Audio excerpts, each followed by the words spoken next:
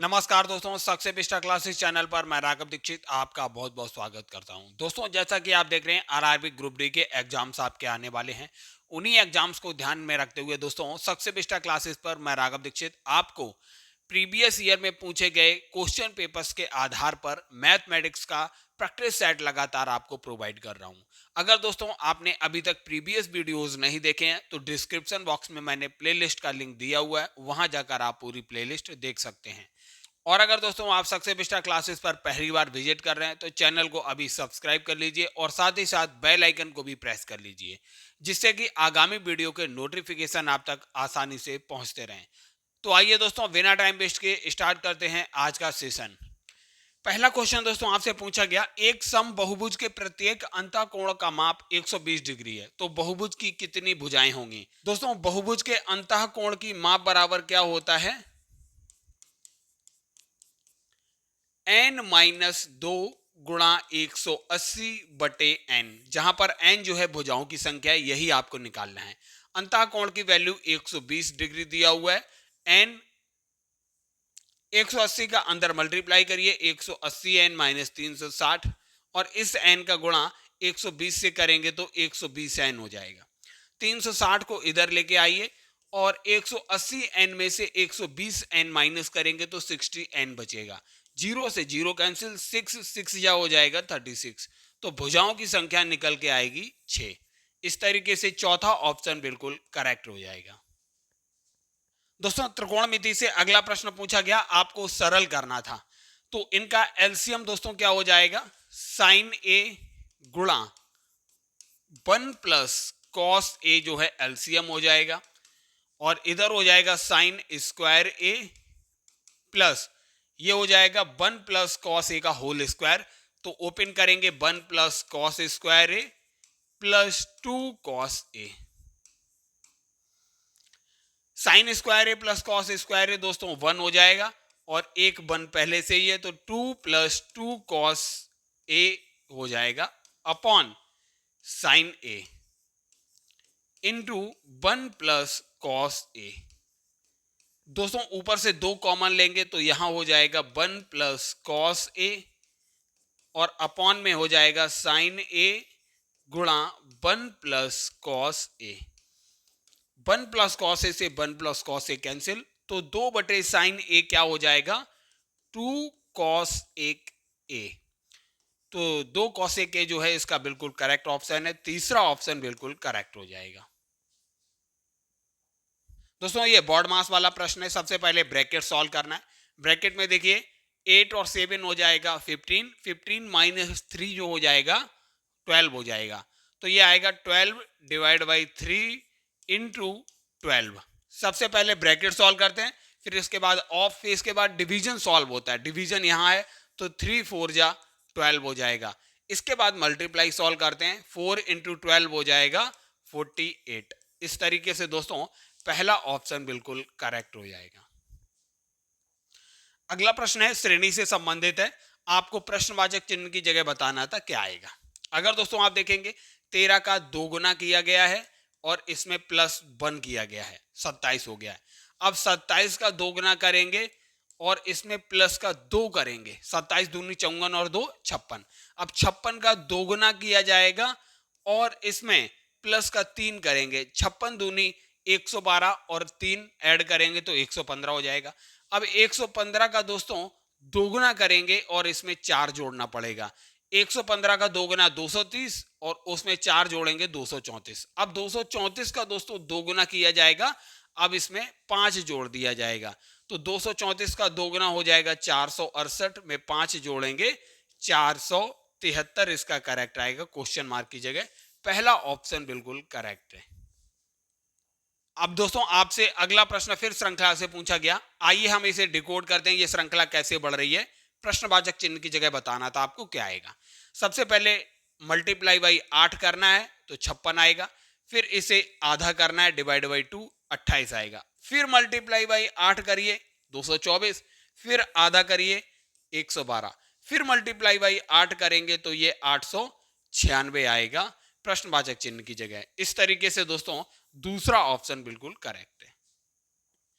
अगला प्रश्न आपसे फिर पूछा गया, आपको मूल ज्ञात करने थे। अगर दोस्तों x को हम इधर लेके जाएंगे तो हो जाएगा अंडर रूट 2x प्लस 9 बराबर 13 माइनस एक्स। दोनों पक्षों का स्क्वायर करेंगे तो 2x प्लस 9 बराबर हो जाएगा 13 माइनस एक्स का होल स्क्वायर ओपन करेंगे तो आएगा ए स्क्वायर मतलब 169 प्लस बी स्क्वायर मतलब एक्स स्क्वायर माइनस 13 दूनी 26 एक्स जो है ये आएगा। अब दोस्तों इन संख्याओं को भी उधर लेके जाइए तो क्या मिलेगा आपको, एक्स स्क्वायर माइनस 26x और माइनस का 2x 28x हो जाएगा। 169 माइनस 9 जो है 160 हो जाएगा बराबर 0। अब दोस्तों इसके गुणनखंड करिए, x square minus 20x minus 8x plus का 160 बराबर 0। x कॉमन लेंगे तो x माइनस 20 आएगा, यहां से माइनस 8 कॉमन लेंगे तो x माइनस 20 हो जाएगा।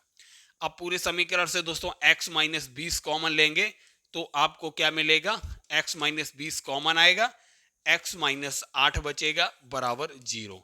तो x की दो वैल्यू आएंगी 8,20, अर्थात यही इसके मूल हो जाएंगे।